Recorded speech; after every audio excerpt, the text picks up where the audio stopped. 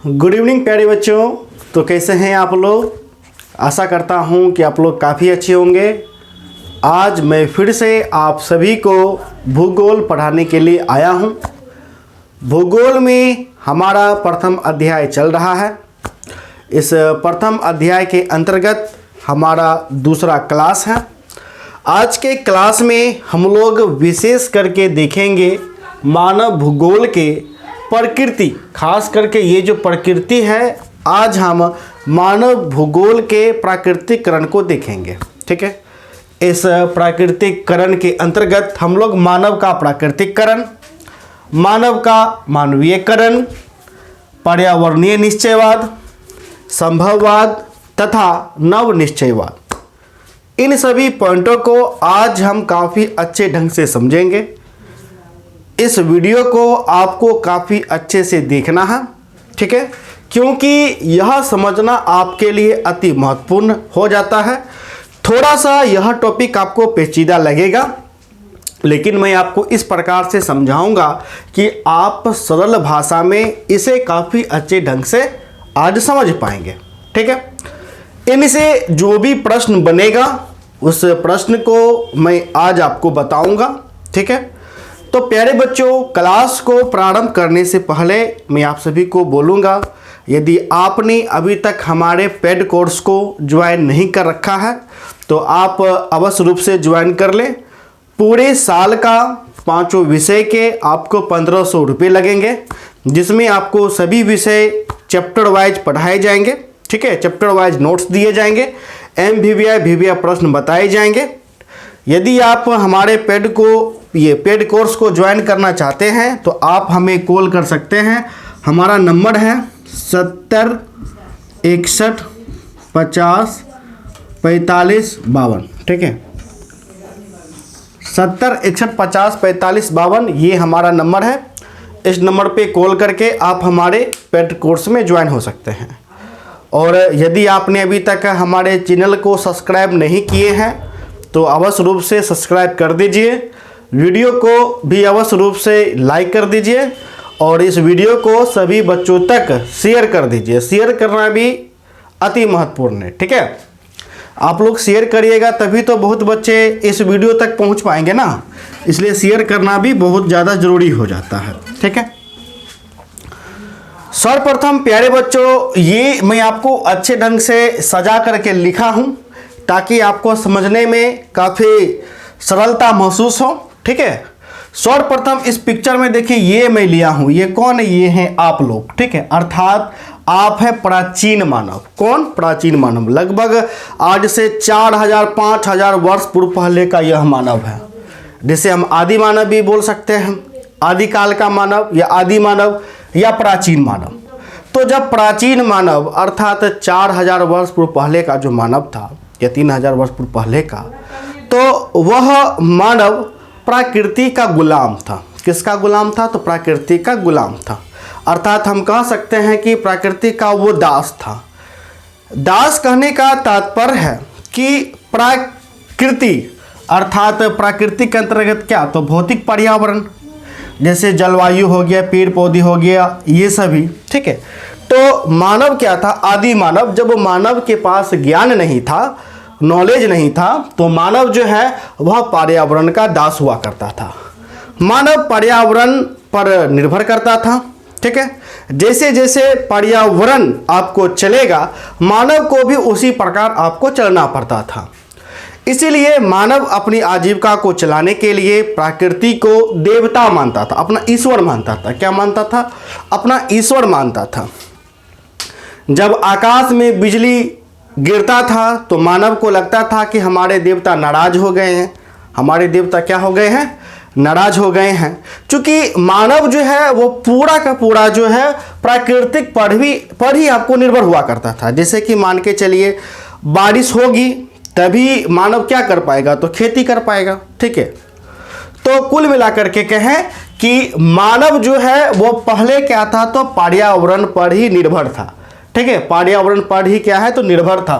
तो यही जो है प्रकृति का पहले आपका क्या था? तो नियम था। ठीक है, तो मानव क्या करता था कि जो भी आपका प्राकृतिक है, जिस प्रकार का प्राकृतिक है, मानव अपने आप को क्या किया था, तो उस प्रकार में ढाल लिया था।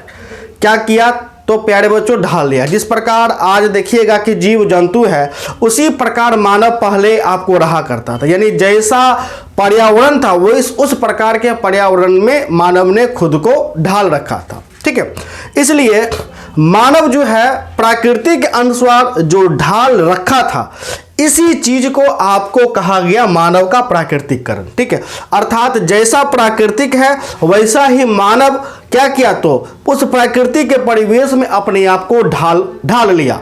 अर्थात मानव को प्रकृति के अनुसार ढाल लेना ही क्या कहलाया, तो मानव का प्राकृतिकरण कहलाया। ठीक है, अब देखिए, तो देखिए मानव का प्रकृति के अनुसार अपने आप को ढाल लेना, ये क्या कहलाएगा, तो मानव का प्राकृतिकरण कहलाएगा। मानव का प्यारे बच्चों क्या कहलाएगा, प्राकृतिकरण। ठीक है, इसलिए देखिएगा कि मानव जो है हमेशा से पर्यावरण की पूजा किया है। आपने अभी भी देखिएगा कि हम लोग जो है ज़्यादातर प्रकृति को ईश्वर मानते हैं, उनकी पूजा करते हैं, आराधना करते हैं, नदी को, तालाब को, पानी को, आज भी हम लोग उनको पूजते हैं कि नहीं पूजते हैं, क्योंकि जब हमारे पास नॉलेज नहीं था ना, तो हम लोग पूरा का पूरा पर्यावरण पर ही निर्भर करते थे।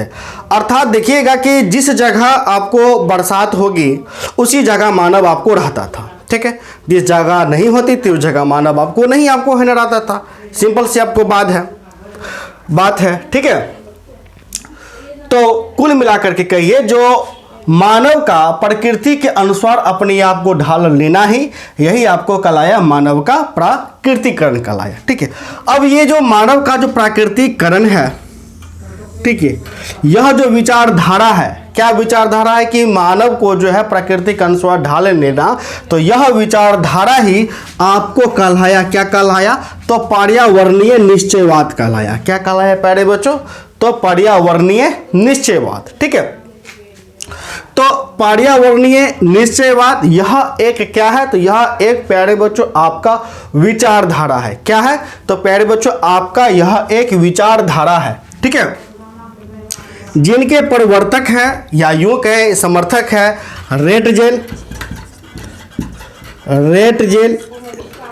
रेटजेल का मतलब समझ ही गए होंगे, फ्रेडरिक रेटजेल। ठीक है, फ्रेडरिक रेटजेल, कुमारी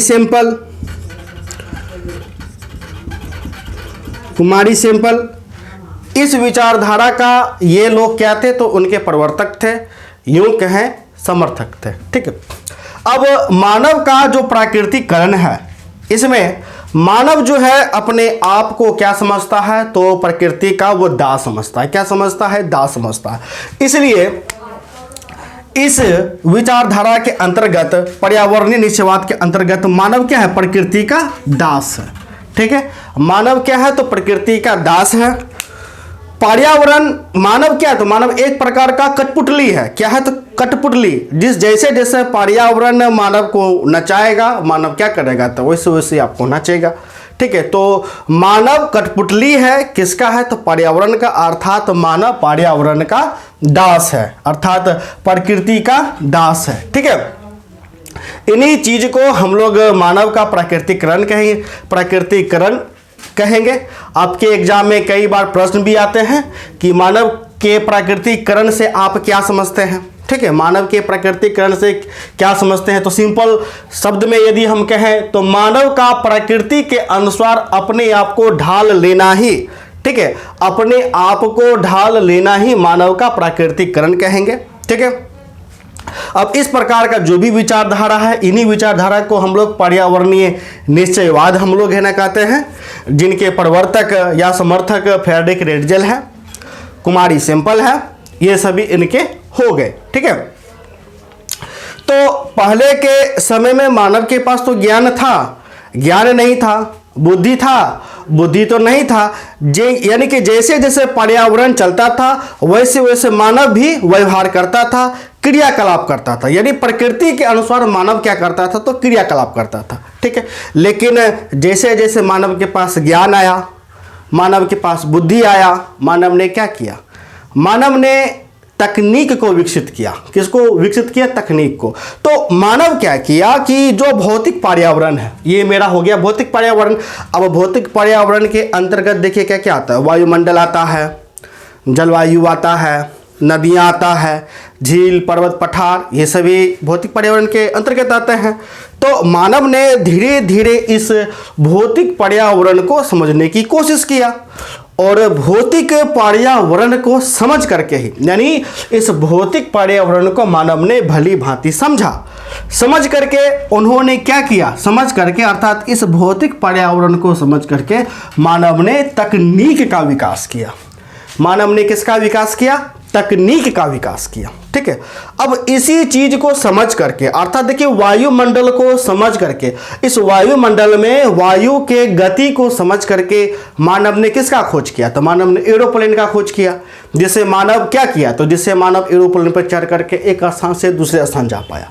इसी पर्यावरण को समझ करके मानव ने रेलगाड़ी बनाया, मानव ने बस बनाया, मानव ने कार बनाया, मानव ने अपना घर बनाया।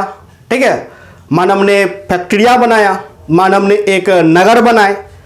तो ये सभी जो भी बनाए, तो जैसे कि मानव ने आग का खोज किया, मानव ने नगर बनाया, मानव ने एरोप्लेन बनाया, ट्रेन बनाया, कितना चीज़ बनाया, बहुत कुछ बनाया। तो मानव ने ये सभी चीज कैसे बनाए? तो मानव ने ये सभी चीज भौतिक पर्यावरण को समझ करके एक तकनीक को विकसित किया। किसका विकसित किया? तो तकनीक का विकास किया।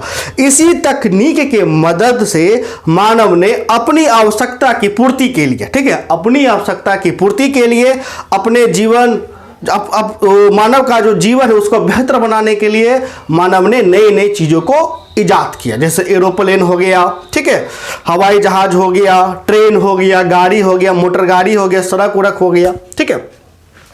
तो इसमें हम लोग देख पा रहे हैं, हम लोग क्या देख पा रहे हैं कि पहले जहां मानव जो है वो प्रकृति के अनुसार चलता था। किसमें? तो पर्यावरणीय निश्चयवाद में, मानव का प्रतीकरण में पहले जो मानव प्रकृति के अनुसार चलता था, प्रकृति के अनुसार व्यवहार करता था। अब जब मानव के पास ज्ञान हुआ, मानव ने तकनीक का विकास किया, मानव ने क्या किया? मानव ने अपने मन से चलना प्रारंभ कर दिया। ठीक है। मानव ने अपने मन से चलना प्रारंभ कर दिया और मानव ने कहा कि मैं क्या हूं? तो मैं प्रकृति का स्वामी हूं। मैं प्रकृति का क्या हूं? तो मैं प्रकृति का स्वामी हूं, मैं प्रकृति का मालिक हूं। यह कहना मानव ने प्रारंभ कर दिया। ठीक है। तो इसमें हम लोग देखते हैं कि मानव का तकनीकी अपना करके, ठीक है, मानव का तकनीकी अपना करके प्रकृति को अपने अनुसार ढाल लेना। ठीक है। मानव का तकनीकी अपना करके प्रकृति को अपने अनुसार ढाल लेना, यही आपको कहलाया, क्या कहलाया? तो मानव का प्रकृति का मानवीयकरण कहलाया। ठीक है। प्रकृति का मानवीयकरण कहलाया। आम भाषा में ऐसे समझिए। देखिए, मानव का प्रकृतिकरण के अंतर्गत मानव प्रकृति के अनुसार चल रहा है। मानव का प्रकृति के अनुसार चलना, ठीक है, मानव का प्रकृतिकरण। ठीक है। पर मानव इस प्रकृति का मानवीकरण, इसमें मानव अपना तकनीक को अपना करके अपने अनुसार चलना, ठीक है, अपने अनुसार चलना, अपने तकनीक को अपना करके यही कहलाया प्रकृति का मानवीकरण कहलाया। क्या कहलाया? तो प्रकृति का मानवीकरण। अर्थात प्रकृति का मानवीकरण में मानव अपने मन मुताबिक चलता है, अपने तकनीक के मदद से वह क्या करता है? वह अपना विकास करता है और वह अपना मन मुताबिक चलता है। ठीक है। इसलिए ये जो विचारधारा है, इस विचारधारा को आपको कहा गया संभववाद। क्या कहा गया? संभववाद विचारधारा आपको कहा गया। तो संभववाद ये आपको क्या है? विचारधारा है, विचारधारा है। पर्यावरणीय नियतिवाद ये भी क्या है? ये भी आपका विचारधारा है। ठीक है। तो पर्यावरणीय निश्चयवाद में आपको क्या है कि इसके अंतर्गत देखिएगा कि मानव का प्रकृति के अनुसार अपने आप को ढाल लेता है, जबकि संभववाद विचारधारा के अंतर्गत मानव का तकनीकी अपना करके प्रकृति को अपने अनुसार ढाल लेता है। ठीक है। तो यह आपको संभववाद विचारधारा आपको कहलाता है। इसमें देखिएगा जो मानव जो होता है वह प्रकृति का क्या होता है, तो प्रकृति का आपको स्वामी होता है। यानी मानव जो कहता है कि हम प्रकृति का क्या है, तो स्वामी है, यानी संभववाद में। जबकि यदि हम इधर हम देखेंगे मानव का प्रकृतिकरण में, तो मानव अपने आप को कैसा महसूस करता है, तो असहाय महसूस करता है। मानव अपने आप को असहाय महसूस करता है, इसलिए मानव अपने आप को प्रकृति का दास को समझता है। जबकि मानव जैसे ही मानव को ज्ञान आया, नॉलेज आया, तकनीक विकसित किया, तो मानव खुद में अपने आप को स्वामी समझना प्रारंभ कर देता है।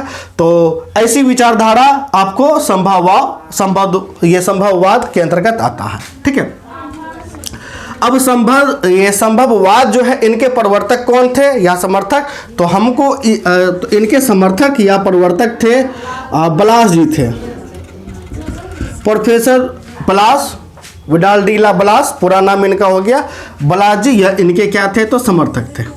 ठीक है, अब मानव ने देखा कि मानव ने नई नई चीज़ का इजाद किया, नए नए अपने ज्ञान के आधार पर नए नई चीज़ों को खोज किया। जैसे देखिए, आपने प्राचीन इतिहास में भी कई बार पढ़ा होगा कि मानव अपने विकास के लिए नहर बनवाए, ठीक है, जिससे वो खेती है न कर सके। बाढ़ को रोकने के लिए दोनों साइड बांध का निर्माण किए। ठीक है, तो इसमें जो मानव है वह प्रकृति को एक तरह से देखिए तो चुनौती दे रहा है, पर यह प्रकृति को क्या दे रहा है, चुनौती दे रहा है। लेकिन मानव ने यह भी देखा कि वो जो प्रकृति को जो चुनौती दे रहा है वो बस एक सीमा तक दे रहा है। कहाँ तक दे रहा है, तो बस एक सीमा तक ही दे पा रहा है, उससे ज़्यादा आपको नहीं दे पा रहा है। ठीक है, इसलिए जो भूगोल शास्त्री थे उन्होंने कई बार आपको मतभेद होते नजर आए। इन्हीं चीज़ों को दूर करते हुए इन दोनों विचारधारा, दो विचारधारा क्या, एक पर्यावरणीय निश्चयवाद, एक संभववाद, इन दोनों विचारधारा के एक मध्यवर्ती विचारधारा आया। कौन सा विचारधारा आया, मध्यवर्ती विचारधारा, मध्यवर्ती विचारधारा। ठीक है, मध्यवर्ती विचारधारा यह है नव निश्चयवाद। नव ब्लैक से लिख देते हैं क्योंकि तीनों नव निश्चय, ठीक है, नव निश्चय। अब ये जो नव निश्चयवाद जो विचारधारा है, ठीक है, यह विचारधारा दोनों विचारधारा के मध्यवर्ती विचारधारा है। ठीक है, दोनों विचारधारा के क्या है, तो मध्यवर्ती विचारधारा है, जिसके अंतर्गत मानव और पर्यावरण के मध्य क्या पेश आपको करता है, तो एक समन्वय प्रस्तुत करता है। ठीक है, एक समन्वय प्रस्तुत करता है। ये हम आपको लिख देते हैं, सॉरी कैमरा थोड़ा सा हिल गया है, 1 मिनट, चलिए चल रहा है। इसको मध्यवर्ती विचारधारा कहिए या मध्य मार्गी विचारधारा। ठीक है, मध्य मार्गी विचारधारा। ठीक है, इसके अंतर्गत प्रकृति के, यहां पर मैं लिख देता हूं, नवनिश्चयवाद विचारधारा के अंतर्गत इसमें है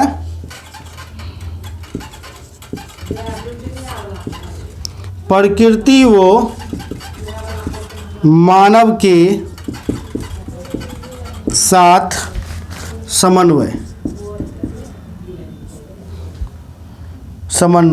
ठीक है, ये यानी कि अब दोनों का जो बीच का जो विचारधारा है, क्या, तो दोनों का बीच का जो विचारधारा है वही आपको एक नया विचारधारा आया है, नव निश्चयवाद विचारधारा। इनके जो आपको प्रवर्तक थे या यूं कहिए समर्थक थे, वो आपको थे टेलर जी थे। ठीक है, जिनका पूरा नाम है, ठीक है, ग्रिफिथ टेलर। हम यहां पर लिख देते हैं, ग्रिफिथ टेलर। ये इनके समर्थक थे, प्रवर्तक थे। ठीक है, आपके एग्जाम में कई बार आप देखिए प्रश्न पूछे जाते हैं। अब कौन कौन सा प्रश्न आपका इंपॉर्टेंट हो गया। सर्वप्रथम हम आपका देखिए ऑब्जेक्टिव लेते हैं, ऑब्जेक्टिव प्रश्न यदि एमसीक्यू लेते हैं। पर्यावरणीय निश्चयवाद के समर्थक कौन कौन थे? रेटजेल, फ्रेडरिक रेटजेल थे, कुमारी सेम्पल थे। ठीक है, ये दोनों इनके समर्थक, पहला हो गया ऑब्जेक्टिव। दूसरा, संभववाद के समर्थक थे तो कौन थे? बलास जी थे, प्रोफेसर विडाल डीला बलास, पूरा नाम प्रोफेसर विडाल डीला बलास, इनके समर्थक थे या यूं कि ये प्रवर्तक थे। नव निश्चयवाद के समर्थक या प्रवर्तक कौन थे? तो उत्तर क्या हो जाएगा? टेलर जी थे, ग्रिफिथ टेलर, पूरा नाम क्या है? तो ग्रिफिथ टेलर थे। ठीक है, तो तीनों ऑब्जेक्टिव यहां से आपका निकल गया। ठीक है, अब देखिए मानव का प्राकृतिकरण क्या है? तो मानव का प्राकृतिकरण के अंतर्गत मानव का प्राकृतिकरण के अनुसार अपने आप को ढाल लेना। ठीक है, मानव का प्रकृति के अनुसार अपने आप को ढाल लेना ही मानव का प्राकृतिकरण है। आपके कई बार एग्जाम में यह दीर्घ में आपको पूछे जाते हैं कि मानव का प्राकृतिकरण पे टिप्पणी करे। ठीक है, एक तो यह प्रश्न आपको बनेगा, क्वेश्चन नंबर 1, मानव का प्राकृतिकरण से आप क्या समझते हैं? प्रकृति का मानवीयकरण से आप क्या समझते हैं? Question number 2। ठीक है, ये हो गया। तीसरा, पर्यावरणीय निश्चयवाद क्या है? चौथा, संभववाद से क्या समझते हैं? पांचवा, नवनिश्चयवाद से क्या समझते हैं? ठीक है, जब मैं आपको प्रश्न उत्तर कराऊंगा तो इसका उत्तर काफ़ी अच्छे से मैं लिखा दूंगा, पीडीएफ फाइल में मैं आपको भेज दूंगा। जो बच्चे पेड कोर्स में हैं सारा का सारा पीडीएफ फाइल आपको ना चल जाएगा, जेन्युइन आंसर रहेगा। ठीक है, तो कुल मिलाकर के 5 आपको यहां से प्रश्न आपको जनरेट हो रहे हैं।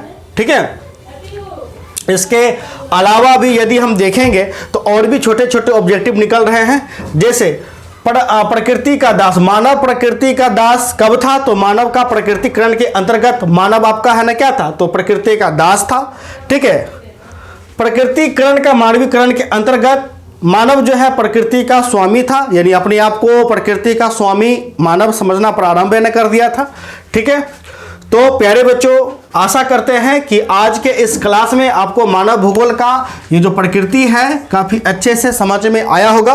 पिछले क्लास में मैंने आप सभी को मानव भूगोल को अच्छे से समझाया था, इस क्लास में प्रकृति को मैंने समझाया। नेक्स्ट क्लास में ये जो हमारा मानव भूगोल का जो विषय क्षेत्र है, विषय क्षेत्र को समझा करके, अच्छे से समझा करके इस अध्याय को समाप्त कर दूंगा और प्रश्न उत्तर आपका मैं प्रारंभ कर दूंगा। ठीक है, तो प्यारे बच्चों, यदि आपने अभी तक हमारे पेड कोर्स को ज्वाइन नहीं कर रखा है तो आप अवश्य रूप से ज्वाइन कर लें। पूरे साल भर का एग्जाम होने तक, आपके एग्जाम होने तक मात्र आपको 1500 रुपये लगेंगे 5 सब्जेक्ट के। यदि आप हमारे पेड कोर्स को ज्वाइन करना चाहते हैं तो आप अभी कॉल करें, हमारा नंबर है 70 61 50 45 52। धन्यवाद।